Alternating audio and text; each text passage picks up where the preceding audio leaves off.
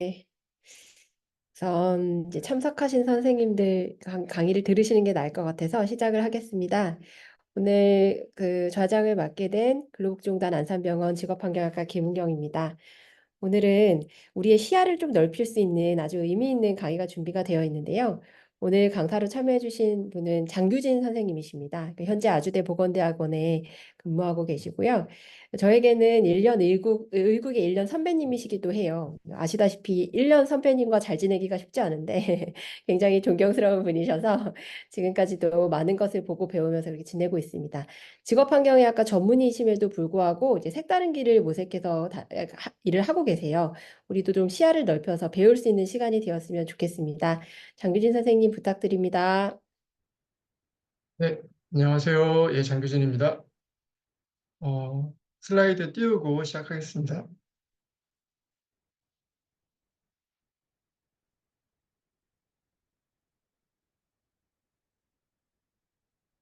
네, 슬라이드 잘 보이시죠? 슬라이드가 안 보입니다. 화면 공유를 시작했습니다만 보여요. 보입니다. 이제 보입니다. 아, 네네. 조금 느린 것 같습니다. 예, 예. 저는 오늘 그 보건의료 국제개발협력이라는 제목으로 그 런천 세미나에서 발표를 하게 된 장규진입니다. 네, 저는 아주대학교 보건대학원에 근무를 하고 있고요. 제 소개를 조금 드리면서 좀 자세히 말씀드리겠습니다. 저는 그 고려대 의대 졸업하고 그 고대 안산병원에서 직업환경학과 전공의를 마쳤습니다. 당시에 그 김은경 선생님하고 같이 그 전공의 시절을 보냈었고요. 어, 세월이 꽤 지난 것 같습니다. 그때가 제가 전공이 들어간 게 2003년도였는데 2007년에 이제 전문의 따고 나왔었고요. 또 이제 그 시기에 서울대 보건대학원에서 또 석사도 했었습니다. 이제 그러고 나서 직업환경학과 의사로 좀 사는 길이 갈까 했는데 이제 공보위로 질병관리본부에서 감염병 역학조사관을 하게 되었습니다. 이제 이 일이 계기가 되어서 그 진로에 많은 변화가 발생한 것 같습니다.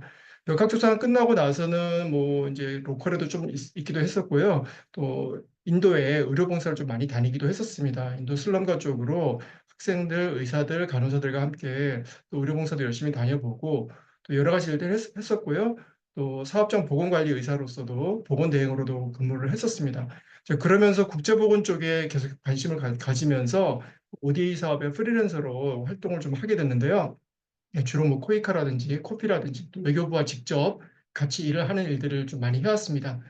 그런 것들이 계기가 되면서 계속해서 연결이 되고 아주대에서는 역학으로 산업보건이 아닌 그 역학으로 박사를 했습니다. 이제 그러고 나서 여기 보건대학원에서 강의를 하던 중에 이번 9월 달에 기회가 되어서 이제 임용을 받아서 국제보건하고 감염병 역학의 전공의 교수로 들어오게 됐습니다.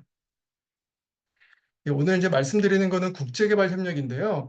뭐 보시면은 다 이제 뭐 당연히 끄덕끄덕 하실 만한 얘기인 것 같습니다. 인터내셔널이고, 그러니까 국가 내에서 하는 일이 아니라 국가 간에 하는 일이기 때문에 대부분의 그 선생님들께서는 우리나라 그 국내에서 여러 가지 이슈들을 많이 다루시고 아니면 그거와 관련해서 해외 다른 선진국들과 학술적인 협력을 많이 하실 텐데요. 근데 저는 그거보다는 이제 선진국, 우리는 선진국에 있기 때문에 한국이라는 선진국에서 개발도상국을 향해서 어떻게 협력을 해나갈 것인가 이제 그런 일들을 주로 하고 있고요. 디벨롭먼트는 우리가 디벨롭먼트 하면은 단순히 어떤 그 물질적으로 보이는 하드웨어만 생각하는데 그런 것뿐만 아니라 뭐 빈곤, 기아, 영양, 보건의료 혜택에 대한 문제들, 기대 수명을 연장하고 건강 수준을 올리는 것들 이런 여러 가지 종합적인 개발 사업들을 하는 것이고요. Better and Higher라고 생각하시면 될 것 같습니다. 예, 그리고 이게 뭐 우리가 일방적으로 시혜를 베풀거나 뭐 은혜를 베풀거나 뭐 원조를 준다 이런 의미보다는 협력. 그래서 선진국과 개발도상국이 다 함께 잘 사는 세계를 지향하는 커퍼레이션을 저희가 지향을 하고 있습니다. 지구 전체의 인류 공동체 의식으로서 하는 일이라고 생각하시면 될 것 같습니다. 뭐 이렇게 말하면 다 좋은 얘기 같은데 도대체 무슨 일 하지라는 게 되게 많이 좀 그런 생각이 드실 것 같아요. 그래서 오늘 사진을 많이 준비를 했는데요. 이제 이거는 이제 제가 예전에 그 아프리카 서쪽에 그 세네갈이라는 나라가 있습니다. 그 서쪽 끝에 있는 나라인데 그 세네갈이라는 나라의 수도가 이제 다카르라는 곳인데요. 그 인근에 빈민가가 있습니다. 수도 외곽에 이제 그 지방에서 올라온 시골에서 올라온 빈민들이 빈민가를 형성하고 모래 사막 위에 이제 보시면은 사진 보시면 이게 모래잖아요. 그 모래 사막 위에 슬럼가를 이루고 살고 있는데 굉장히 가난하고 열악하고 정상적인 전기나 수도나 위생이나 이런 것들이 대부분 잘 제공이 되지 않는 곳입니다. 이곳에서 호이카의 재원으로 한국의 NGO가 모자 보건 사업을 하게 되었고요. 저는 거기에 성과 관리라는 이름으로 가게 됐는데 사업의 기획, 관리, 모니터링 이런 것들을 도와주는 역할을 했었습니다. 제가 계속 가 있는 건 아니고 그냥 출장으로 가고 갔다 와서는 한국에서 계속해서 문서로 백업을 보고 이제 그런 식으로 작업을 했었습니다. 예, 보시면은, 예, 이게 지금 침대가 보이실 텐데, 분만 침대죠. 이 정도면은 굉장히 좋은 겁니다. 한국의 기준으로 보면은 어떻게 저런 데서 아이를 낳을 수 있을까 싶지만, 저것의 기준으로는 굉장히 깨끗하고 좋은 편인 거고요. 물론 이제 사업을 통해서 저거보다 더 좋은 침대를 넣어주고, 더 좋은 시설을 갖춰주기 위해서 이제 노력을 하는 사업들입니다. 네, 이제 여기 보이는 하얀 건물이 이게 보건소 정문 입구고요. 이게 보건소라 그러면은 우리나라 보건소는 본격적인 의료기관이라기보다는 저 공중보건의 어떤 센터이고 일부 이제 임상 의료를 제공하는 곳인데 대부분의 개발도상국에서는 보건소가 의료기관의 거의 전부라고 생각하시면 될 것 같습니다. 지방에서는 이 보건소가 모든 임상 의료를 제공하고 모든 분만 서비스, 또 모든 감염병 서비스, 모든 1차 의료 서비스를 제공하고 또 퍼블릭 헬스 서비스도 제공하는 이제 그런 곳입니다. 입구에서 보시다시피 시설 굉장히 좋지는 않습니다. 여기는 프랑스 식민지였는데 프랑스 식민지였던 나라들은 남은 게 별로 없습니다. 예, 남은 건 빈곤밖에 없기 때문에 이제 이런 상태이고 그래서 이것들을 하드웨어적으로 소프트웨어적으로 우리나라 사람들이 어떻게 도와줄 수 있을지를 고민하는 그런 사업이었습니다. 이렇게 이제 가난한 나라들이 많죠. 가난하고 어렵고 힘든데 이런 불평등은 도대체 왜 발생하는가 저희가 이제 많은 고민을 하게 됩니다. 가서 뭐 일은 그냥 하면 되는데요. 일은 열심히 하면 되는데 이 일을 하다 보면은 이 고민을 안 할 수가 없는 거죠. 불평등이 무엇인가라는 고민을 참 많이 하게 되고 차별이 있어 고르지 못한 상태라는 사전적인 의미를 생각할 수 있습니다. 이게 선천적으로 후천적으로 여러 가지 요인이 있겠죠. 그냥 태어나 봤더니 가난한 나라에 태어났습니다. 그러면은 이게 올라갈 수 있는 한계가 너무나 큰 거죠. 그다음에 한국처럼 선진국에 태어났지만 이 안에서도 태어나서 봤더니 이미 금수저인 사람도 있고 이미 흙수저인 사람도 있고요. 차이가 또 존재하고요. 또 개인의 능력 차이도 분명히 존재하죠. 똑같이 금수저인데 굉장히 능력이 뛰어나신 분도 계시고 능력이 전혀 뛰어나지 않은 사람도 있는 거고요. 또 자기 살아가면서 인생에서 학력이라든지 노력의 차이에 의해서도 불평등이 발생하게 됩니다. 이게 뭐 구조적인 불평등도 있을 것이고 뭐 개인적인 요인에 의한 것들도 있을 것이고 굉장히 많은 것들이 복합이 됩니다. 근데 그런 것들이 복합이 되면서 국가 전체가 가난해 버리면은 사실 개인이 아무리 노력해도 올라가는 게 한계가 있습니다. 이 불평등으로 인해서 당연히 뭐 기본적인 인권의 문제, 뭐 사회의 어떤 그 자원의 어떤 효율적인 뭐 배분이 잘 안 되는 거, 그다음에 전체적으로 국가적으로는 경제가 잘 성장이 되지 않고, 그게 악순환의 고리를, 그러니까 3번에 있는 것처럼 악순환의 고리를 돌게 되고, 또 빈곤이 심화되고 이런 문제들이 계속해서 발생을 하고 있습니다. 인류 사회가 지난 수천 년 동안 사실 이러고 살았죠. 좀 시니컬하게 얘기하면 지난 수천 년 동안 파라다이스가 이루어진 적은 없죠. 예, 그 어느 나라, 그 어느 역사에서도 우리가 파라다이스를 이룬 적은 없었습니다. 모든 나라가 다 어려움을 겪었고 지금 잘 살고 있는 나라들조차도 그 내부에 여전히 많은 문제들을 껴안고 있습니다. 근데 가난한 나라들은 더더욱 어려운 거죠. 사진에 보시는 게 인도 수도가 뉴델리인데요. 뉴델리의 같은 시점의 사진입니다. 예, 오른쪽 위에 있는 사진은 굉장히 좋은 쇼핑몰이고 뭐 한국에 있는 쇼핑몰 못지않게 충분히 좋은 곳입니다. 굉장히 좋은 브랜드들이 들어와 있고요. 같은 시점에 그 뉴델리 시내의 뒷골목에 가면은 슬럼가에 아이들이 예, 쭈그려 앉아 있는 거 보이시죠? 이게 정말 참 보기만 해도 이건 제가 찍은 사진입니다. 예, 굉장히 좀 마음이 아프고 예, 길에는 저 그냥 사람이 다니는 길인데 비가 오고 물이 고여 있고 오물이 떠다니고 굉장히 지저분하고 좋지 않은 상황인 거죠. 이런 불평등이 우리가 살아가는 현실입니다. 이런 빈곤은 예, 뭐 사전적인 의미 뭐 기본 뭐 있긴 한데 기본적으로 뭐 의식주뿐만 아니라 뭐 지금 사진에서 봤듯이 의식주가 해결되지 않은 문제들 또 그 외에도 뭐 자유나 평등이나 사회적 소속감이나 정치적 참여나 지금 굉장히 많은 것들에 있어서 우리가 빈곤의 정의를 할 수가 있는데 이게 정성적으로는 다양한 정의를 할 수 있지만 정성적 정의만 갖고는 이게 서로 간에 그래서 좋다 나쁘다 말하기가 좀 곤란하거든요. 물론 우리가 직관적으로 알 수는 있지만 일단 우리는 사업을 해야 되는 사람이기 때문에 경제적 관점에서 그냥 돈으로 일단 잘라놨습니다. 뭐 제가 잘라놓은 건 아니고요. 국제 기구들과 국제 사회에서 그냥 빈곤선을 잘라놨습니다. 옛날에는 이제 처음 이게 만들어졌을 때는 하루에 1달러로 이제 기준을 했었는데 하루에 1인당 1달러. 지금은 조금 이제 인플레이션을 감안해서 하루에 1.9달러로 돼 있습니다. 그래서 하루에 1.9달러 미만이면은 절대 빈곤, 1.9에서 3.1달러 사이면 차상위 빈곤, 뭐 그 외에는 상대적 빈곤입니다. 우리나라는 어떨까요? 우리나라도 어려운 사람 많습니다. 뭐 이런 얘기 많이 하시고 사실 제가 이 강의를 하거나 이 일을 하면서 가장 많이 듣는 질문이 우리나라도 가난한 사람 많은데 우리나라도 어려운 사람 많은데 이 얘기를 제일 많이 듣습니다. 근데 숫자로 따져보면요. 한국인 중에서 5천만 명 중에서 하루에 1.9달러가 안 되는 사람은 거의 없습니다. 노숙자 있다고 얘기하시겠지만 솔직히 말씀드리면 저 노숙자 후원 단체도 좀 연결이 돼 있는데 그 노숙자들조차 그분들조차도 사실은 그분들이 무료로 제공받을 수 있는 서비스를 가격을 계산해 보면 1.9달러가 훌쩍 넘어갑니다. 우리나라는 사실상 절대 빈곤은 소멸이 된 나라라고 보시는 게 맞을 것 같습니다. 근데 제가 방문하고 있는 동남아 아프리카의 많은 나라들은 여전히 굉장히 많은 사람들이 저 1.9달러보다 밑에 선에 살고 있습니다. 우리는 그런 절대 빈곤에 관심을 갖고 있는 거고요. 뭐 그렇다고 해서 우리나라 내부에 상대적 빈곤이 문제가 아니라는 것은 아니겠죠. 그것도 여전히 문제인 건 사실입니다. 노벨 경제학상을 받았던 아마티아 센은 이런 빈곤에 대해서 숫자만 갖고 따지면 안 되고 또 그렇다고 저희 정성적인 것만 갖고 따져도 골치가 아프고 어떻게 정의를 할 것인가 많은 얘기를 하다가 빈곤을 역량의 결핍, 캐퍼빌리티의 결핍이라는 또 주장을 또 하였습니다. 근데 이 말도 굉장히 중요한 말이라서 저희가 이런 빈곤 퇴치를 위해서 공적개발 원조 사업을 할 때 사람들의 역량을 갖다가 키워주기 위한 쪽으로 또 많은 노력들을 하고 있는 것도 사실입니다. 여러 가지 의미 측면에서 빈곤을 생각해 볼 수 있고요. 뭐 그럼에도 불구하고 숫자는 중요하기 때문에 뭐 전통적으로 GDP나 GNI로 계산을 하고 있고요. 또는 UNDP에서 얘기하는 HDI라는 것이 있습니다. 인간 개발 지수인데 뭐 이런 걸 쓰기도 하고요. 또 성평등 지수를 쓰기도 하고 다양한 지수들을 쓰면서 저희가 빈곤에 대해서 고민하고 한국보다 빈곤한 나라들, 그러한 나라들의 더 빈곤한 사람들. 사실 뭐 개발도상국도 수도에 있는 사람들 잘 사는 사람 많거든요. 그런 사람 말고 더 가난한 사람들에 대해서 우리가 이거를 정확히 매저하고 그다음에 그 사람들을 어떻게 우리가 도와줄 수 있을 것인지 이제 그런 고민들을 하고 있습니다. 한국에 빈곤한 사람들 많습니다라는 주장 때문에 제가 꼭 쓰는 사진인데 수원에 노숙자 다시석이라는 곳이 있습니다. 센터라는 곳이 있습니다. 우리나라에서 노숙자가 제일 많은 곳이 두 군데입니다. 서울역과 수원역.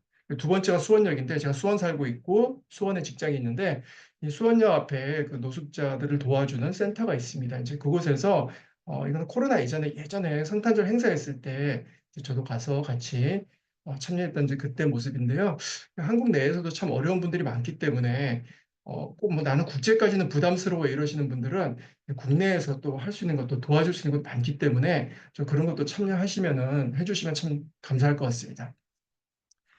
이 빈곤이라는 게 굉장히 그 다면적인 요인이 있는 거죠. 뭐 어떤 경제적인 것들, 정치적인 이유들, 또 뭐 인간의 어떤 교육이나 역량이나 개인의 건강, 사회 문화적인 부분들 굉장히 많은 것들이 복합이 되어서 개인의 빈곤, 사회의 빈곤, 국가의 빈곤이 나타나는 것이고 그걸로 인하여서 사회가 전체적으로 발전하지 못하고 많은 사람들이 고통받고 아이들이 태어나자마자 흙수저 나라의 흙수저 아이로 자라게 되는 이제 그런 상황이 벌어지는 거죠. 더 자세한 걸 알고 싶으신 분들은 그 오른쪽 아래쪽에 보면은 OECD에서 나온 그 다크 가이드라인 포버티 리덕션이라는 책이 있습니다. PDF로 다운받을 수 있고요. 읽어보시면 좋을 것 같습니다. 개발도상국들 전 세계 200여 개 국가 중에서 100수십 개 국가가 여전히 가난한 나라들이고 어려운 가운데 있는데 왜 그런 것인가? 학자들이 많은 고민을 하고 연구를 할 때 뭐 여러 가지 주장이 있지만 이 7가지를 많이 얘기를 하고 있습니다.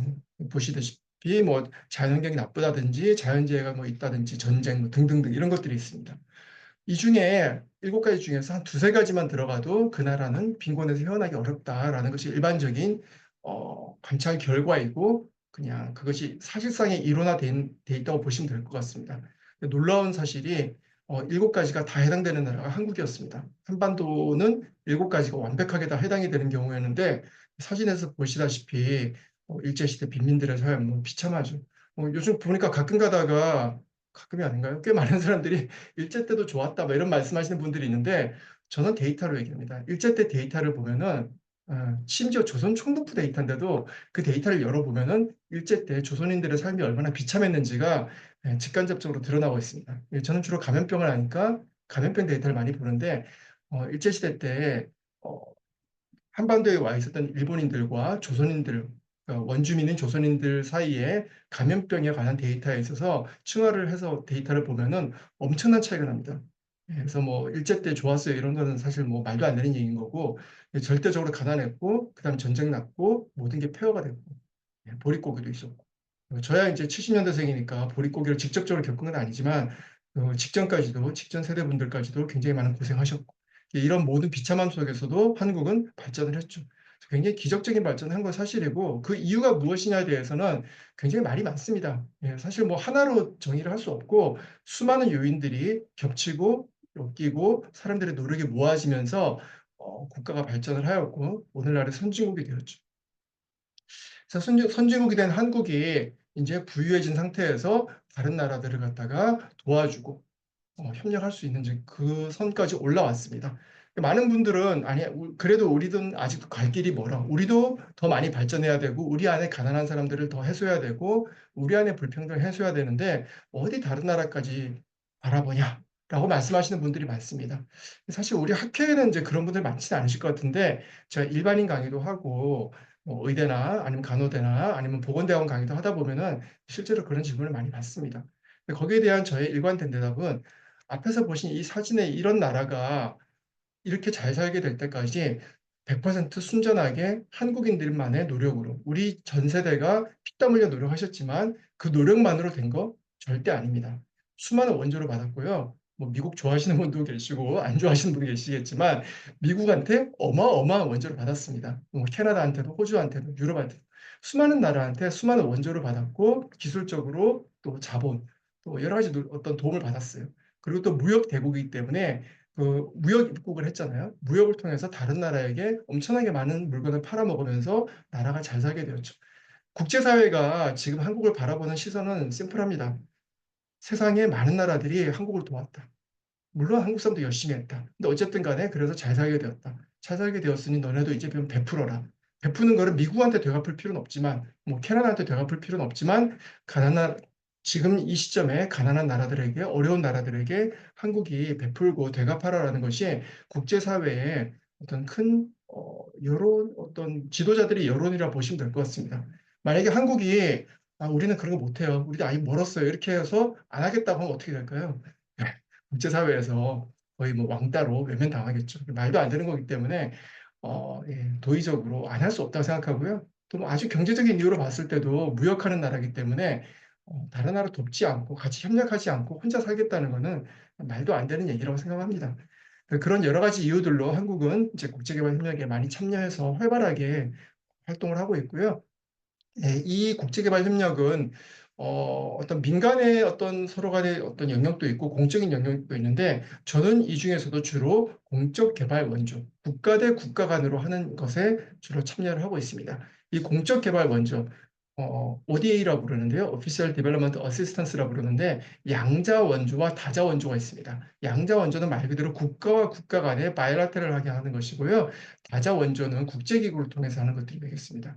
양자원조에는 다시 무상과 유상이 있는데요. 무상은 말 그대로 우리가 어떤 대가를 받지 않고 하는 것이고, 뭐 자원을 증여할 수도 있고요, 뭐 돈을 보낼 수도 있고, 또 기술협력, 프로젝트 원조, 뭐 등등 다양한 방법들이 있습니다. 많은 분들이 긴급재난만 생각하시는 분들이 있는데, 긴급재난은 그 중에서도 아주 긴급재난의 재난 구호에 대한 것은 양자원조의 무상원조 중에서도 아주 일부분에 해당이 됩니다. 그다음에 유상 원조라는 것은 그 차관을 빌려줘서 그 빌려준 돈으로 국가가 그큰 개발을 해서 일어날 수 있도록 도와주는 것이고요. 우리나라도 예전에 그 차관을 굉장히 많이 받았습니다. 월드뱅크를 통해서 많은 차관을 받고 그걸 통해서 많은 사업들을 해왔던 나라고요. 또 다자원조는 말 그대로 국제기구, WHO나 뭐 유니세프나 이런 데 분담금을 주거나 출자금, 뭐 또 프로젝트 형태로 지원을 하여서 대국을 도와주는 이제 그런 것들이 되겠습니다. 이 ODA를 조금 더 정의를 보시면은 뭐 이게 이제 OECD 이제 우리 다 알고 있는 OECD인데 사실 그 OECD 중에서도 다크라고 해서 개발원조위원회가 따로 있습니다. 이 69년도에 만들어졌는데 이 개발원조위원회에 가입된 나라들이 그 가입 어떤 수원국 목록이 있습니다. 가난한 나라도 어려운 나라 목록이 있고 다크 가입 선진국 목록이 있는데 이 목록에 있는 나라들이 이쪽 목록에 있는 나라들에게 지원을 하는 것을 저희가 ODA라고 정의를 하고 있습니다. 뭐 개발 원조, 국제 원조 등등 뭐 용어는 많은데 그냥 도와주는 것, 협력하는 것이라 생각하면 될 것 같습니다. 단, 대개 저희가 강조하고 있는 것은 이게 단순 시혜적 차원, 아주 뭐 전통적인 관념의 시혜적 차원이 아니라 공동 번영과 국제 연대를 추구하는 것. 이것이 우리가 강조하는 바가 되겠습니다. 그래서 ODA 충족 조건은 이런 개념 하에서 중앙정부나 지방정부, 어쨌든 정부기관이 또 정부의 집행기관이 공적으로 개발 그 협력국에 뭐 협력국이라 부르기도 하고 수원국이라 부르기도 하는데요. 협력국에 제공하는 것을 저희가 ODA라고 하고 있습니다. 예, 뭐 무상은 100% 말 그대로 주는 것이고요. 유상은 이게 뭐 할인율, 증월 복잡한 개념이 있는데 관심이 있으신 분들은 나중에 뭐 따로 찾아보시거나 저랑 따로 연락을 좀 하시면 될 것 같습니다. 이 ODA 지원 동기는 앞서서 이제 우리나라가 어려운 나라였다가 잘 살게 되면서 이제 국제사회에서 어떤 도의적인 측면에서 하고 있다 이렇게 말씀을 드렸는데 이거를 조금 더뭐 교과서적으로 정리를 해보면은 이 네 가지로 크게 정리를 할 수 있습니다. 인도주의적인 측면, 정치 외교, 경제 국제연대 측면이 되겠습니다. 인도주의적인 측면은 주로 어떤 국가 단위에서보다는 참여하는 개인들의 어떤 입장이 강한 것 같습니다. 저도 개인적으로는 굉장히 인도주의적인 측면을 강조하는 어떤 마인드를 갖고 있기 때문에 사실 여기에 참여해서 활동을 하고 있는 것이고요.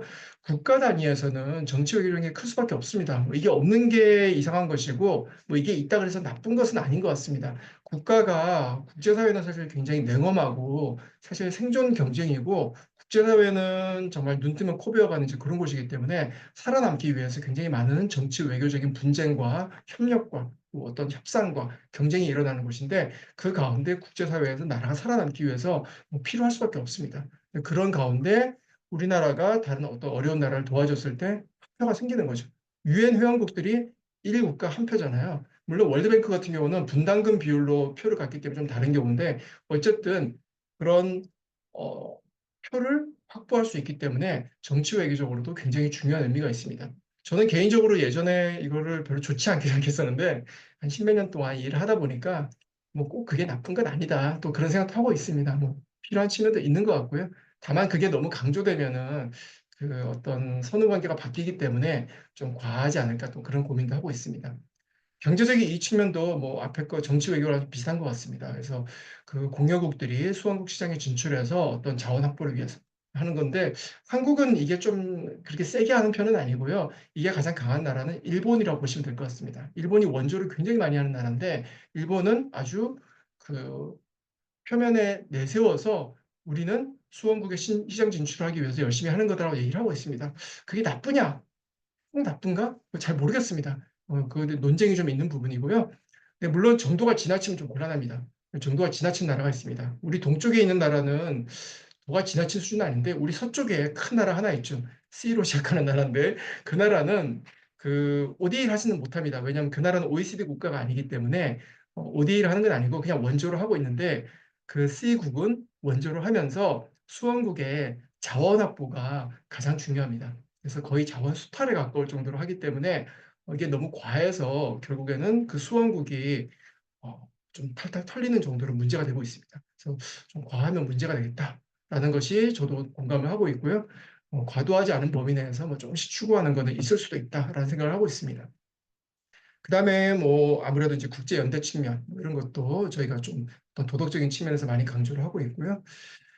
예, 뭐 이렇게 좀 어려운 말씀을 드렸는데 사진 보시면 제가 제일 좋아하는 사진입니다. 제가 여러 나라들 뭐 세어봤더니 한 20 몇 개, 한 30개 가까운 그 아프리카나 뭐 중동이나 뭐 중앙아시아나 뭐 동남아나 태평양 나라들을 돌아다녔는데 그 돌아다닌 30여 개 중에서 제 마음에 가장 많이 남아있는 나라, 제 영혼의 한 조각을 던져놓고 온 나라라고 생각하는 나라인데 솔로몬 군도라는 나라입니다. 남태평양에 있는 나라고요. 호주에서 조금 더 호주 브리즈번에서 비행기 타고 또 한 대여섯 시간 더 들어가야 되는 나라인데 굉장히 작은 섬나라입니다. 섬에서 본섬에서 작은 섬으로 작은 프로펠러 비행기를 타고 넘어가고 하는데 그때 이제 탔던 비행기 한 뭐 2, 30명 타는 한 20명 타는 비행기인데 이제 뭐 이게 좌석 번호가 없어요. 대충 그냥 앉으면 되는 비행기인데 그 앞에서 찍은 사진이고 저 때 찍은 사진을 보면서 제가 저 때보다 행복하게 웃었던 적이 그 전에도 그 이후에도 있었나? 라는 생각이 가끔 들 정도로 굉장히 행복했던 순간인 것 같습니다. 이제 그 가난한 나라, 물도 전기도 안 들어오는 섬이 대부분인데 그런 나라에서 모자보건 사업을 기획하고 그것이 되도록 어떤 고민을 하고 치열하게 사람들하고 토의하고 했던 것들 이제 그런 모습이고요. 저는 개인적으로는 굉장히 이게 마음에 남는 이유 중에 하나가 한국이 이 나라를 아무리 도와주어도 정치 외교적으로 경제적 이익 측면에 아무 도움이 되지 않습니다. 예, 한국이 뭐 솔로몬 군도에서 무엇을 해도 국익에는 거의 도움될 게 없습니다. 단 인도주의적인 측면에서 국제연대 측면에서는 굉장히 값어치가 높은 거죠. 그래서 제가 그런 이해관계에서 자유로워지면서 했던 사업이라서 더 마음에 많이 남아있는 것 같고 늘 좀 생각하는 곳이고요.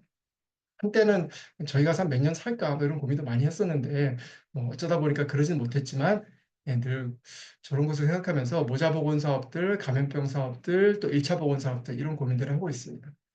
이제 쭉 여기까지 얘기가 오면은 제가 지금 산업보건 얘기를 한마디도 하지 않았다는 것에 대해서 아마 다들 좀 약간 뜨아해 하실 것 같은데 아니 직업환경학과 전문인데 왜 산업보건으로 환경보건으로 밖에 나가서 국제보건 사업을 하지 않을까라는 생각 하실 것 같습니다.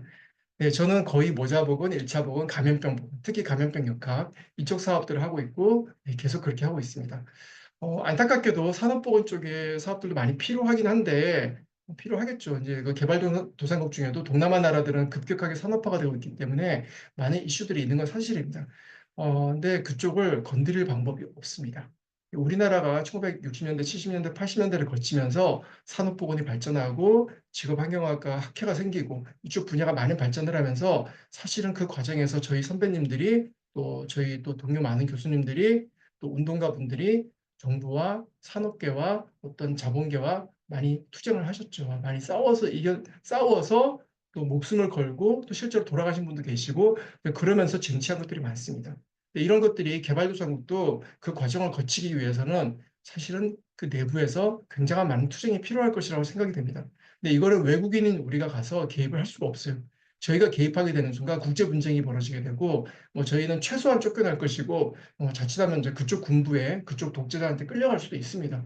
현실적으로 그냥 가능하지가 않습니다. 뭐 죽는 게 무서운 게 아니라 그냥 가능하지 않는 거라서 산업보건이나 이쪽은 거의 할 수가 없고 그냥 독재자들조차도 군부 정권조차도 동의하지 않을 수 없는 감염병 사업, 모자보건 사업, 1차 보건 사업 누구나 동의하는 이제 그런 사업들을 주로 하고 있습니다. 예, 아까 다크 공용국 좀 말씀을 드렸는데요. 뭐 우리나라도 2010년도에 가입해서 지금 32개 가입국 중에 하나고요. 한국이 굉장히 그 위상이 많이 올라가고 있는 국가입니다. 예, 한국이 이제 신흥 공용국으로 뭐 이제 신흥도 아니죠. 이미 벌써 10년이 넘었기 때문에 한국도 이제 본격적인 공용국 중에 하나이고요. 그 외에도 뭐 멕시코, 또뭐 튀르키예 이런 나라들로 참여하고 있고, 또 OECD 회원국은 아니지만 뭐 아까 말씀드린 스리국이라든지 뭐 인도라든지 이런 나라들도 이제 이렇게 참여를 하고 있습니다. 인도는 그 내부의 문제도 굉장히 심각하긴 한데 또 뭐 다른 나라들이랑 것도 하고 있고요. 또 국제기구들 뭐 우리 잘 알고 있는 WHO, 유니세프 등등 또 그 외에도 금융기관들인 뭐 월드뱅크라든지 아시아 디벨롭먼트 뱅크라든지 이런 것들도 많은 그 국제 원조 사업에 참여를 하고 있습니다. 그리고 이런 과정에 민간 NGO라든지 민간 재단들, 민간 기구들도 참여하여서 많은 공여들을 하고 있고요. 사실은 공여 금액 1등으로 보면은 글로벌 1등이 미국이고요. 글로벌 2등이 빌 게이츠 재단이라고 해도 과언이 아닙니다. 사실 국가가 아니라서 ODA로 치진 않지만 빌 게이츠 재단이 그 연간 그 제공하는 공여 금액이 뭐 국가들보다 훨씬 많습니다. 우리나라보다 훨씬 많아요. 그래서 이게 개인이 돈을 많이 벌면은 쓰고 싶은데 쓸 수 있어가지고 진짜 좋네라는 생각 가끔 저도 하고 있습니다. 근데 가끔은 제가 그래서 농담으로 하는 얘기가 테크니컬리 제가 뭘 하는 것이 아니라 뭐 전문가로 하는 것도 중요하지만 돈을 무지막지하게 벌어서 빌 게이츠 아저씨처럼 돈을 팡팡 쓰면 얼마나 좋을까 가끔 그런 생각도 해보긴 하는데요. 망상이죠. 저는 이제 제가 할 수 있는 일들을 하고 있습니다. 오른쪽에 있는 사진들이 그 그 동부 아프리카의 내륙 국가 중에 우간다라는 나라가 있습니다. 빅토리아 호수를 끼고 있는 나라인데요. 우간다에서 모자보건 사업 때문에 예전에 갔던 거고요. 사실 최근에도 계속 우간다 왔다 갔다 하고 있는데 최근에는 이 지역 말고 다른 지역의 모자보건 사업에서 선거관리 컨설턴트로 계속해서 활동을 하고 있습니다. 그래서 굉장히 가난한 나라이고 영국 식민지였던 나라인데 식민지에서 물론 독립한 지 오래되었지만 아직도 국가가 정상적으로 발전을 못하고 굉장히 어려운 가운데 있습니다. 사진 보시면 오토바이 뒤에 뭐가 하나 매달려 있는 거 보이실 텐데요.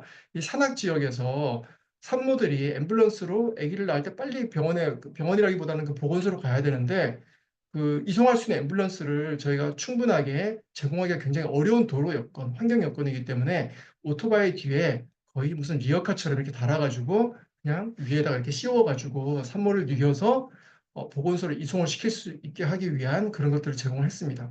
물론 최근에 제가 갔던 그 우간다의 다른 지역에서는 이게 아니라 SUV 위에다가 개조를 해가지고 앰뷸런스를 만들긴 했는데 뭐 그것도 주고 이것도 주고 이렇게 하면서 도로 여건에 따라서 활용할 수 있도록 하고 있습니다.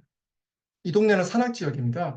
이게 여기가 적도 지역이긴 한데 국가 전체가 해발 고도가 1000m가 넘기 때문에 선선하고요. 우리나라 8월 달에 가면은 시원합니다. 그래서 제가 지난 8월 달에도 갔다 왔는데 피서를 겸해서 갔다라고 농담을 할 정도로 시원하게 잘 지내다 왔고 근데 이쪽 지역은 더 높아요. 해발 고도가 한 2000 가까이 되기 때문에 아예 뭐 거의 추운 정도로 서늘한 정도로 시원한 동네입니다. 근데 그만큼 이 산악 지역에 이 산동네에 사람들이 살고 있고 이 산꼭대기에 사람들이 살고 있습니다. 여기서 산모들이 아기를 임신을 했다가 애를 낳을 때 산 밑으로 내려와서 차를 타고 보건소까지 가야 되는데 이 내려오는 동안에 내려올 수가 없는 거죠. 근데 그 동안에 벌써 아이가 뭐 낳거나 유산되거나 문제가 생기거나 이러기 때문에 이제 그런 문제들을 해결하기 위해서 여러 가지 전략을 짜고 주민들하고 논의를 하고 NGO와 상의를 하고 그래서 여러 가지 고민들을 하면서 여러분이 내신 세금으로 저걸 어떻게 잘 해결할까 그런 고민들을 했었습니다. 예, 한국의 ODA는 급성장하고 있는 중이고요. 예.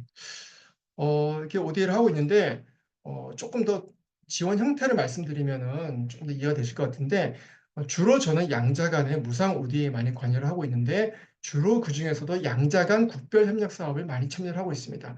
이거는 국가 대 국가로 하는 것이고요. 한국이 캄보디아에, 한국이 라오스에 뭐 이런 식으로 국가 대 하는 사업들이고, 주로 프로젝트형 사업이 많습니다. 그래서 모자보건이면 어떤 그 모자보건 사업을 그쪽 나라의 어떤 특정 지역에서 아니면 국가 전체에서 프로젝트형으로 기획하고 그것을 위해서 어떤 인프라를 투자하고 기자재를 투자하고 인적 역량 강화 사업을 하게 되고 한국의 초청 연수에서 더 사람들을 훈련을 시키고 여러 가지 활동들을 복합적으로 하면서 그 나라의 모자보건 이슈 또는 감염병 이슈를 해결하기 위해서 진행하는 것이 국별협력 사업 형태입니다.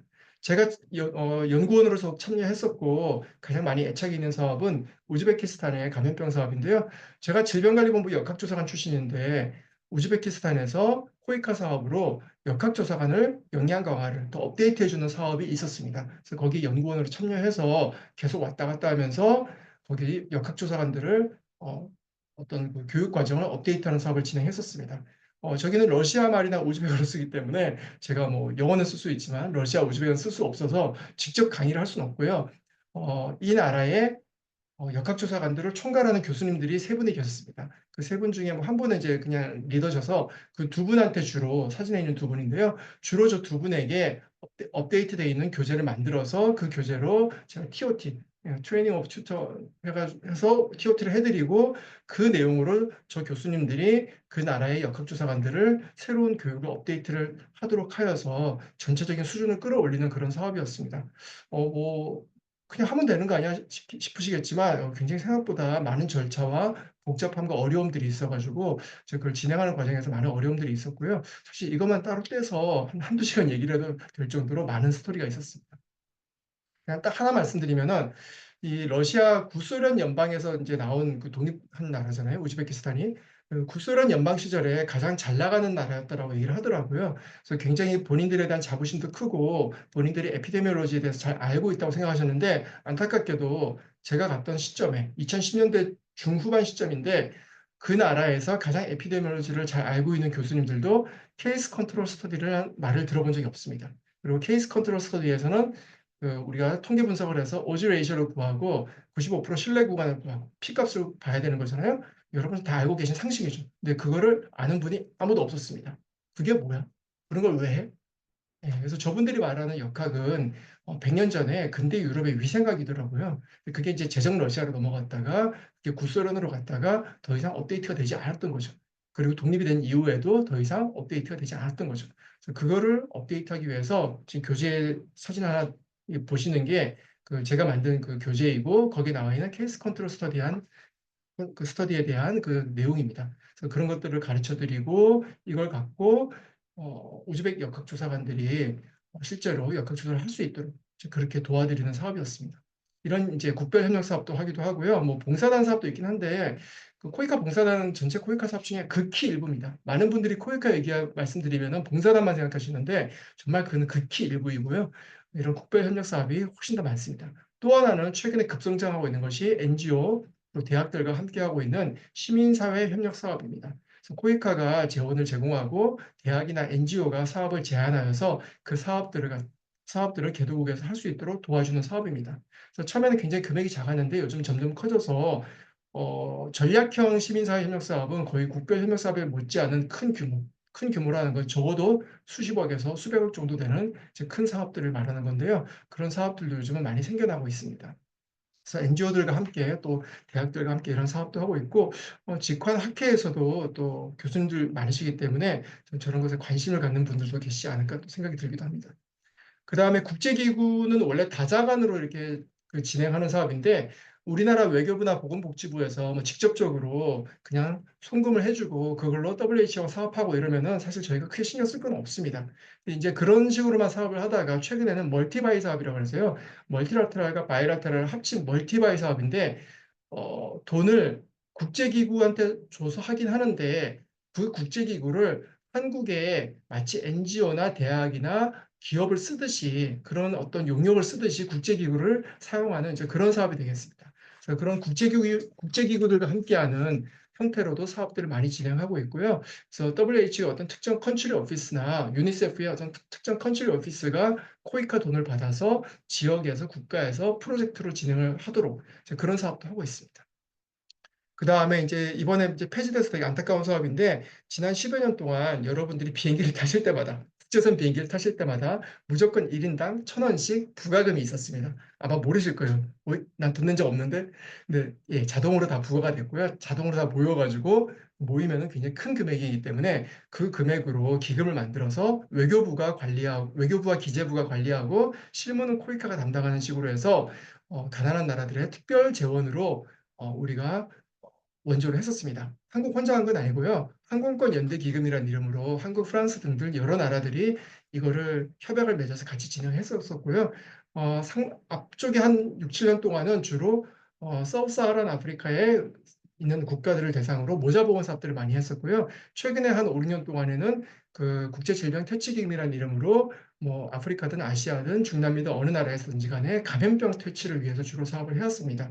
그래서 꾸준히 사업을 하면서 많은 어떤 성과를 보고 있었고 저는 기여금과 기금 한 10여 년 동안 이제 계속해서 꾸준히 참여하고 정책 개발, 연구, 성과 관리, 뭐 사업 참여 많이 해왔었는데 안타깝게도 올 봄에 어, 예, 우리나라 VIP께서 국민들의 준조세를 다 없애 이렇게 하시는 바람에 그냥 어느 날 갑자기 폐지됐습니다. 그래서 지금 이제 폐지가 되면서 저도 굉장히 속쓰려하고 있는데 어쩔 수 없이 그렇게 된 상태고요. 이런 식으로 다양한 어떤 형태와 재원으로 ODA가 진행이 되고 있었습니다. 또 진행이 되고 있습니다. 그리고 다자간 ODA는 뭐 이제 재정 분담금 형태로 많이 하고 있는데 뭐 저는 여기는 이제 깊이 있게 관여하는 경우는 잘 없고 그냥 어떤 뭐 메일링 리스트에 들어가 있어서 WHO 글라스 프로그램이라고 있거든요. 이게 항생제 대상 관련 프로그램인데 뭐 그런 것에 그냥 뭐 약간 의견을 제공하는 정도, 뭐 정도만 참여를 하고 있습니다. ODA 사업이 라이프 사이클이 코이카 기준으로 했을 때, 코이카, 뭐 코피, 뭐 보건복지부의 코피도 있고요, 기재부의 EDCF 뭐 등등 여러 가지가 있는데 외교부 산하에 있는 코이카가 이제 제일 많이 하고 있고 주로 하고 있습니다. 이 코이카 기준으로 했을 때 이런 흐름이 돌아가고 있습니다. 사업이 발굴되고 기획되고 예, N-2년부터 사업을 발굴하고 기획하여서 국회의 허락을 받습니다. 국회에서 최종적으로 허락을 받아서 예산을 받아서 집행계획을 수립하고 사업을 시행하고 평가까지 이어지는 이런 흐름을 가고 있습니다. 빨간 박스로 쳐놓은 것이 사업의 기획 단계가 되고요. 보라색으로 되어 있는 사업 시행이 말 그대로 사업을 수행하는 단계. 그다음에 마지막에 이제 박스 쳐 있는 것이 종료 평가 단계가 되겠습니다. 우리 개별 그 교수님들이나 전문가님들이나 저희 뭐 직업환경학과 전문의 같은 분, 선생님들 같은 분들, 전문가분들이 참여할 수 있는 것들이 이 박스 쳐 있는 부분들입니다. 그래서 기획할 때 기획 단계에서 전문가로 참여할 수 있고요. 코이카는 주로 개인 전문가로 많이 참여를 할 수가 있습니다. 그래서 개별적으로 보통 모집을 하고 있고요. 코피 같은 경우는 뭐 개별 모집하는 경우도 있고 아니면 대학이나 기관 차원으로 모집을 하기도 합니다. 그래서 그런 기획에 참여해서 또 설계 작업들을 할 수 있고요. 또 사업 수행에 직접적으로 참여를 하는 방법도 있습니다. 이거는 거의 대부분 이제 대학이나 NGO나 기관이나 기업이 용역 형태로 보통 참여를 하게 됩니다. 보통 이제 여기는 이제 돈 단위가 크겠죠. 큰 금액이고, 그래서 여기는 사실 경쟁도 굉장히 치열합니다. 하게 되면은 뭐 어느 정도 간에 우리가 저기 간접비도 받을 수 있기 때문에 이제 많은 그 대학들이 또 참여하려고 이제 노력하고 있습니다. 그 다음에 개인으로 다시 참여할 수 있는 것들이 마지막에 종료평가 단계인데요. 사업의 중간평가를 하는 경우도 있고 안 하는 경우도 있는데 뭐 중간평가는 안 하는 경우도 있어서 종료평가는 대부분 다 하기 때문에 평가 단계에서 개인이나 아니면 대학 차원에서 들어가서 평가를 해주고 보고서를 써주고 하는 과정에 또 참여를 할 수 있습니다. 이런 과정에 그 직업방향학과 전문의 선생님들이라면은 어느 단계든지 간에 충분히 참여하시고도 남을 만큼의 그 넉넉한 캐파를 갖고 있다고 생각하시면 될 것 같습니다. 사실 저도 이거 참여 처음에 할 때 산업보건 전문이니까 직업방향학과 전문이니까 좀 저 스스로도 약간 움찔하는 면이 있었고요. 뽑아주는 쪽에서도 약간 이 사람이 잘할 수 있을까? 서로 간에 좀 고민이 있었던 것이 사실입니다. 근데 시간이 지나면서 서로 간에 검증이 된 것이 이게 제가 직업환경학과 전문의 과정을 밟기를 정말 잘했다는 생각이 들었던 게 이게 제 개인의 능력이 전혀 뭐 좋고 나쁜 게 문제가 아니고 이 코스웍 자체가 저희 직업환경학과 코스웍 자체가 임상과 보건학이 결합되어 있잖아요. 그래서 기초적인 가정학 정도 수준에 준할 정도로 기본적인 클리니션으로서의 어떤 그 캐퍼를 가질 수가 있고 또 하나는 예방학을 저희가 백그라운드로 뒀었기 때문에 거기서 저희가 퍼블릭 헬스하고 같은 영역을 공유를 하잖아요. 그렇기 때문에 직업방향학과 전문이라면은 퍼블릭 헬스의 역량도 이게 만만치가 않습니다. 두 가지를 다 갖고 있어요. 근데 사실 의사가 이 두 가지를 다 갖고 있는 사람들이 굉장히 드물거든요. 당연히 임상과 선생님들은 퍼블릭 헬스가 좀 약할 수밖에 없고 예방학 선생님들은 클리니션 마인드가 좀 약합니다. 근데 우리는 그걸 다 갖고 있기 때문에 실제로 이런 사업을 기획하거나 수행하거나 평가하는 데 있어서 엄청난 강점이 있습니다. 그게 꼭 직업병 쪽으로 가지 않고 감염병이나 뭐 산부인과나 소아과로 가더라도 엄청난 강점이 있더라고요. 그래서 저는 그중에서도 제가 워낙 감염학을 좋아하기 때문에 감염내과와 함께 손을 잡고 굉장히 많은 것들을 해볼 수가 있었던 거죠. 그리고 그것들이 하니까 정말 결과가 좋구나. 저도 개인적으로 뿌듯하고 저에게 돈을 주고 저에게 일을 시키는 쪽에서도 굉장히 이게 만족스럽구나는 거를 저희가 서로 간에 확인을 할 수가 있었습니다. 좀 더 많은 직업학영학과 전문의 선생님들이 이쪽에 같이 참여를 해주시면 정말 좋을 것 같아요. 저희는 정말 그 너무나 적은 인원으로 저처럼 일을 하는 사람들이 한 자릿수거든요. 정말 적은 사람들이 일을 하고 있는데 더 많은 분들이 함께해서 이쪽에 더 많은 성과를 내고 좀 더 좋은 모습들을 만들어낼 수 있으면 가난한 나라의 가난한 사람들에게 더 많은 혜택을 줄 수 있도록 저희가 함께 좀 힘을 합칠 수 있으면 좋겠습니다. 더욱더 자세한 거는 개별적으로 연락하시면 제가 브리핑을 해드리겠습니다. 예, 그래서 뭐 국제보건 개념 이거 뒷부분은 말씀 안 드려도 될 것 같아요. 이건 사실 이제 다른 분들한테 강의할 때 필요해서 넣은 부분인데 뭐 이거에 대한 개념은 저희 직업학교 전문 선생님들은 딱 보시면 뭐 이 정도야 하실 거니까 이 부분은 넘어가고요. 뭐 국제보건, 세계보건, 공중보건 사실 뭐 개념의 구분이 중요한 것이 아니라 저희가 그냥 하고 있는 일인 거죠. 현 시대에는 이런 국제보건 ODA를 우리나라 원조기관들도 활발하게 참여하고 있고 다른 나라에서도 활발하게 참여하고 있는데 한국에서는 외교부 산하 코이카, 보건복지부 산하 코피, 무상 원조하는 곳이고요. 그다음에 기재부 산하의 EDCF, 여기는 차관으로 유상 원조하는 곳인데 이런 것들이 활발하게 참여하고 있습니다. 또 이런 곳에 NGO들이 거기에 협력기관으로 실제 업무 수행기관으로 굉장히 많이 참여를 하고 있고 몇몇 대학들도 활발하게 참여를 하고 있습니다. 제가 이번에 9월에 부임하게 된 아주대는 아직까지 활발하게 참여를 못하고 있어가지고 앞으로 저희 아주대에서도 활발하게 참여를 하려고 이제 많은 고민들을 하고 있습니다. 이걸 통해서 전 세계 시민에게 보편적인 기본 보건의료 서비스를 제공하는 우리의 큰 꿈이죠. 유니버설 헬스 커버리지라는 큰 꿈을 향해서 함께 나아가고자 하는 것이고요. 모든 사람에게 공적 영역에서 무료까지는 아니더라도 저렴하게 가성비 좋게 의료 서비스를 제공할 수 있게 하는 것이 우리의 목표가 되겠습니다. 더 자세한 거는 나중에 MDG, SDG 이런 거 찾아보시면 굉장히 상세한 데이터를 보실 수 있을 것이고요. 뭐 온라인에도 굉장히 많은 정보가 있으니까 쉽게 찾아보실 수 있고 또 저랑 개별적으로 또 접촉을 해주시면은 제가 더 설명을 좀 드리도록 하겠습니다. 이런 것들 통해서 저희가 어떤 방향을 갖고 가는 것이냐. 굉장히 우리 입장에서 좀그 도와주는 나라 입장에서 굉장히 어떤 주도권을 주기 쉬운데 그러지 않고 수원국이 오너십을 갖고 일을 할 수 있도록 저희가 협력하고서 굉장히 많은 고민을 하고 있고요. 이걸 통해서 수원국 국민에게 기회의 평등을 촉진하기 위해서 굉장히 많이 애를 쓰고 있습니다.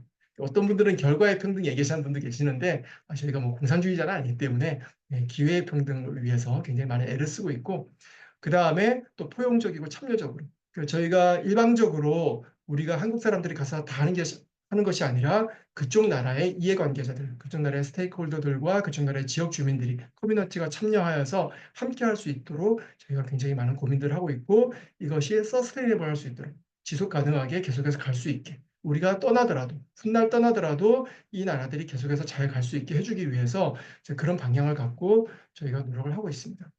최근에는 캄보디아에서 그 만성병 NCD 사업도 저희가 제가 성과 관리로 참여해서 꾸준히 같이 했는데요. 이제 감염병뿐만 아니라 모자보험뿐만 아니라 개발도상국들도 이제 만성병 문제, 환경질환 문제들도 굉장히 많이 그 질병 부담이 디지즈 버든이 올라오고 있습니다. 그래서 그런 것들도 저희가 참여 가능하고요. 또 직관학회에서 그 사실 그 공장 근로자들한테 사업장 근로자들한테 만성병 사업도 많이 하시잖아요. 또 그런 경험을 갖고 그대로 개발도상국에서 NCD 사업에서도 참여를 하실 수가 있습니다. 또 많은 분들이 대학에 계시기 때문에 그 의대생, 의사, 간호사, 간호대생 훈련 교육 이런 것도 많이 하시는데 그런 훈련 교육에 관련된 사업들도 굉장히 많습니다. 또 저처럼 감염병 좋아하시는 분들은 또 감염병 사업들, 몽골에서 이제 저거는 패스트 관련 사업이었는데 그런 사업에도 참여하여서 다양한 분야에 여러분의 갖고 계시는 캐파에 맞게 경험에 맞게 다양한 사업들을 함께 하실 수 있다라고 좀 소개를 드릴 수 있겠습니다. 네, 감사합니다. 여기까지 말씀드리겠습니다. 그 소중한 강의 정말 감사합니다. 장규진 선생님 강의를 들으면서 우리가 도움을 받던 나라에서 도움을 줄 수 있는 나라가 됐다는 게 새삼 더 감사하다는 생각이 들었고, 직업환경학과 선생님들이 하실 수 있는 분야도 굉장히 많은 것 같아요. 그 부분에 대해서도 생각할 기회를 주셔서 좋은 시간이었습니다. 혹시 참여하신 분들 중에 질문 있으신가요? 이 채팅창에 네, 채팅창에 질문이 있어서 먼저 말씀을 드리겠습니다. 예, 임신희 교수님 먼저 굉장히 반갑습니다. 예, 힘 빠져 하지 마시고요. 다들 잘 하고 계시고, 예, 저는 이제 사실 뭐 몸만 국내에 있지 마음이 해외로 나가버린 사람이라 그냥 응원 드린다는 말씀밖에 못 하겠는데 정말 응원 드리고 박수 드리니까 힘 빠지지 마시고 열심히 잘 해주시면 될 것 같고요. 조성식 교수님께서는 아까 사실 그 강의 중간에 제가 한번 말씀드렸던 부분인데 아마 뒤에 들어오셔서 못 들으신 것 같습니다. 산업보건 쪽은 저희가 국제보건사업에서는 손대지 못하고 있습니다. 손댈 수가 없는 부분이고 아까 잠깐 말씀드렸는데 개발도상국 나라들이 대부분 다 뭐 독재국가 아니면 군사 정권이고 아니면 굉장히 권위주의적인 이런 나라들이 많습니다. 그런 나라에서 산업보건 쪽에 손을 대게 되면은 일을 할 수 있는 게 아니라 최소한 쫓겨날 것이고요. 끌려가 죽을 수도 있습니다. 죽는 건 무서운 게 아닌데 할 수가 없어요. 현실적으로 그냥 아예 불가능하기 때문에 저희가 손대는 것 자체가 불가능하고 자칫하면은 외교 분쟁, 그러니까 한국과 그 나라 간에 거대한 외교 분쟁이 날 수도 있어서 저희가 아예 손을 못 대는 영역입니다. 이거는 훗날 그 나라의 의사, 보건학자, 그 나라의 어떤 훌륭한 사람들이 그렇게 해서 나갈 수 있게 그냥 지켜보는 입장이고요. 뭐 감염병, 모자보건 등등 기본적인 문제들이 해결이 되고 그런 데서 프로토콜을 그분들이 배우게 되고 보건사업의 프로세스를 익히게 되면은 훗날에는 그 나라의 내부에 있는 분들이 그런 쪽으로 해나가게 되실 수 있지 않을까라는 그냥 개인적인 기대감을 가지면서 그냥 안타까운 마음으로 저도 그냥 보고 있습니다. 선생님, 오래간만에 뵙습니다. 이렇게 안녕하세요. 뵙게 되니 반갑네요. 네. 네, 반갑습니다. 네. 그 질문 두 가지가 있는데, 첫 번째는 제가 지난번에 그 세계 역학회를 갔다 왔는데, 네. 지지난주에. 예. 거기서 매우 흥미로웠던 키노트 중에 하나가 현장, 그제 남아공에서 열린 학회여서 남아공에 계시는 학자분들이 많이 참석하셨는데, 이 아프리카에서 현장역학과 관련한 이제 트레이닝 프로그램이나 이런 것들을 소개해 주시는 게 굉장히 인상적이었어요. 우리는 이미 잊어버린 데이터만 만지고 있는 한국 사람들 입장에서는 되게 그 필드 에피라는 영역이 굉장히 흥미롭게 다가왔는데, 그러니까 예를 들면 그런 ODA 사업 중에 그런 아까 잠깐 보여주신 것 같긴 한데, 역학조사관을 트레이닝 시키는 것 이외에도 그런 종류의 뭔가 이렇게 이벤트가 언유저한 이벤트나 에피데믹이 발생했을 때 적용할 수 있는 필드 에피와 관련한 교육이나 훈련 프로그램들이 있는지, 우리나라에서 혹시 그런 거에 참여하는 게 가능할지 질문 하나 드리고 싶고요. 두 번째는 저도 보건대학원에 있다 보니까 학생들이 국제보건에 관심이 많은 학생들이 굉장히 많아요. 근데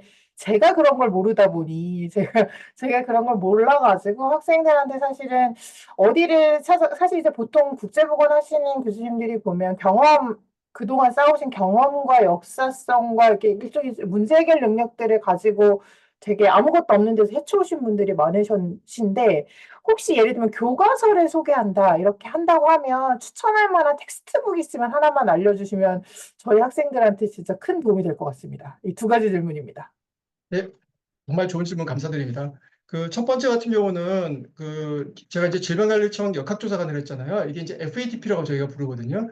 Field Epidemiology Training 프로그램인데 이게 한국에서 독자적으로 생긴 게 아니고 처음에 미국에서 만들었습니다. 그래서 미국 CDC에서 처음 만들었고 전 세계적으로 퍼져나갔고요. 한국에도 있고 굉장히 많은 나라들이 있고요. 아프리카에도 아프리카 많은 나라들이 그 아프리카 각 국가별로 혹은 국가연합으로 해서 FATP를 운영을 하고 있습니다. 아마 세계역학회에서 소개받으시고 얘기 들으신 것들이 그 나라들의 FATP 프로그램들일 것이고요. 당연히 한국에서도 그 개발도상국의 FATP 프로그램들에 대해서 ODA 사업으로 지원을 하는 것들이 있습니다. 지금은 좀 그 이제 스탑된 게 아니라 완료됐는데 예전에 캄보디아의 FATP 프로그램에 저희가 지원도 했었고요. 현재에도 그 아프리카 가나에 대해서는 지원을 하고 있습니다. 또 FATP라는 타이틀을 달고 있지는 않지만 제가 참여했던 우즈벡의 역학조사한 사업도 저희 그 FATP와 비슷한 성격의 사업으로 했던 것이고요. 실제 사업이 현재 돌아가는 것도 있습니다. 가나에서 하고 있는 FATP 사업은 그 가나의 전반적인 글로벌 헬스 시큐리티 어젠다라는 타이틀의 감염병 사업에 대해서 한국이 미국 CDC와 함께, 한국 코이카가 미국 CDC와 함께 가나에서 사업을 수행하고 있고요. 그리고 이제 그게 한 지난 4, 5년 동안 했는데 지금 다음 또 스테이지로 들어와서 또 진행이 되고 있고 이것에 대한 성과 관리를 위해서 제가 이번에 계약이 됐습니다. 저와 다른 그 서울대 교수님하고 계약이 돼서 이번 겨울부터 해서 1년에 두 번씩은 계속 가나를 가서 그 사업들을 관리하고 저희가 서포트하는 역할들을 좀 해줘야 되고요. 뭐 사실 근데 솔직히 우리나라가 이렇게 서포트할 게 많지는 않아서 돈 내고 돌아가는 정보를 잘 저희가 배워서 올려고 하는 것도 있고 그리고 사실 미국 CDC가 일을 굉장히 잘하거든요. 거의 지구방위 될 수준이기 때문에 그 이 일을 하는 거를 저희가 좀 잘 노하우를 좀 빼내가지고 배워서 우리도 더 잘해야지 하는 좀 그런 목적도 있습니다. 그래서 어쨌든 관심이 있으시고 이쪽에 필드 에피데미올로지에 좀 들어오고 싶으신 분들이 계시다면은 저한테 따로 연락을 주시면은 뭐 수많은 길이 있습니다. 일단 뭐 국내 역학조사관 하는 것부터 시작해서 여러 가지 방법들이 있기 때문에 제가 그런 게 구체적으로 더 소개를 드리도록 하겠습니다. 글로벌리는 현재 GHS라는 글로벌 헬스 시큐리티라는 타이틀로 WHO와 미국 중심으로 해서 이 감염병에 대한 큰 사업의 흐름이 계속해서 이어지고 있다고 말씀드리겠습니다. 그 다음에 이제 국제보건 관련해서 학생들이 대학원에서 수업 듣는 거는 현재 가장 이게 수업이 잘 활발하게 진행되고 있고 운영되는 학교는 안타깝게도 제가 있는 아주대는 아니고 연세대입니다. 연세대 보건대학원이 가장 활발하게 하고 있고 또 서울대 보건대학원과 고려대 보건대학원도 어떤 강의와 교재 이런 것들이 좀 잘 체계적으로 갖춰져 있는 학교들이고요. 저희는 제가 수업을 이제 개설을 하고 지난 1학기부터 개설을 했는데 개설해서 지금 여러 과목을 계속해서 개설해 나가고 있는 중입니다. 그래서 최종적으로 한 대여섯 과목 정도 제가 개설해서 그 계속해서 학생들한테 강의를 할 계획이고요. 그래서 뭐 저희 아주대 쪽에 뭐 학생들 와서 강의를 뭐 듣는다는 것도 가능할 것 같고요. 교과서는 잠시 보여드리겠습니다.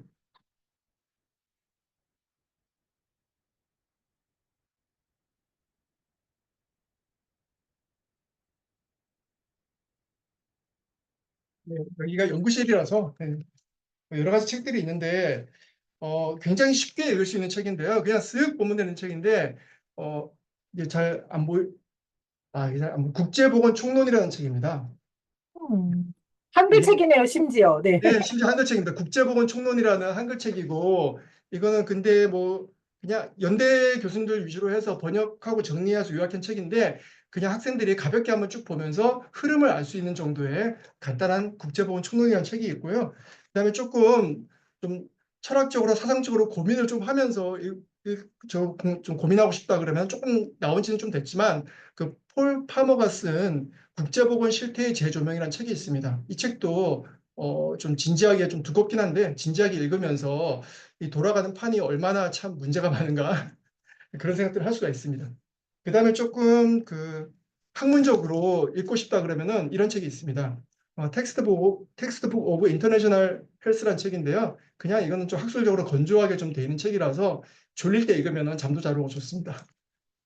그다음에 저는 역학조사관 출신이기 때문에 아무래도 역학조사 매뉴얼을 계속 봐야 돼서 미국 CDC에서 나온 그 필드 에피데미ology 매뉴얼이라는 책이 있습니다. 그 역학조사 매뉴얼에 대한 책이고 이거는 역학회에서 한글로 번역해 놓은 한글판도 있거든요. 현장 역학이라고 한글판도 있고 영판도 있기 때문에 이런 책들 보면서 학생들이 도움을 좀 받을 수 있지 않을까라는 생각이 듭니다. 네, 감사합니다. 네, 이제 제가 그동안 장규진 선생님을 봐온 결과 열정과 실력 면에서 정 빠지지 않는 분이시고 아마 우리나라 국제보건에 있어서도 중요한 역할을 계속 하시지 않을까 싶은 생각이 듭니다. 귀한 시간 내주셔서 감사하고요. 추가 질문이 혹시 없으시면은 장규진 선생님 마무리 말씀 한번 해주시고 끝낼까요? 네, 그 사실 직업항해학과 의사로서 이렇게 펑션을 잘 못하기 때문에 사실 이번에 좀 연락을 받고 되게 부끄러웠는데 뭐 좋은 자리, 좋은 기회 만들어 주셔서 정말 감사드리고요. 혹시 이쪽에 좀 국제보건 쪽에 참여하거나 관심 있으신 분들은 언제든지 좀 편하게 좀 연락을 주시면 감사하겠습니다. 감사합니다. 네, 감사합니다. 그럼 오늘 런천 세미나 마치겠습니다. 수고 많으셨습니다. 수고하셨습니다.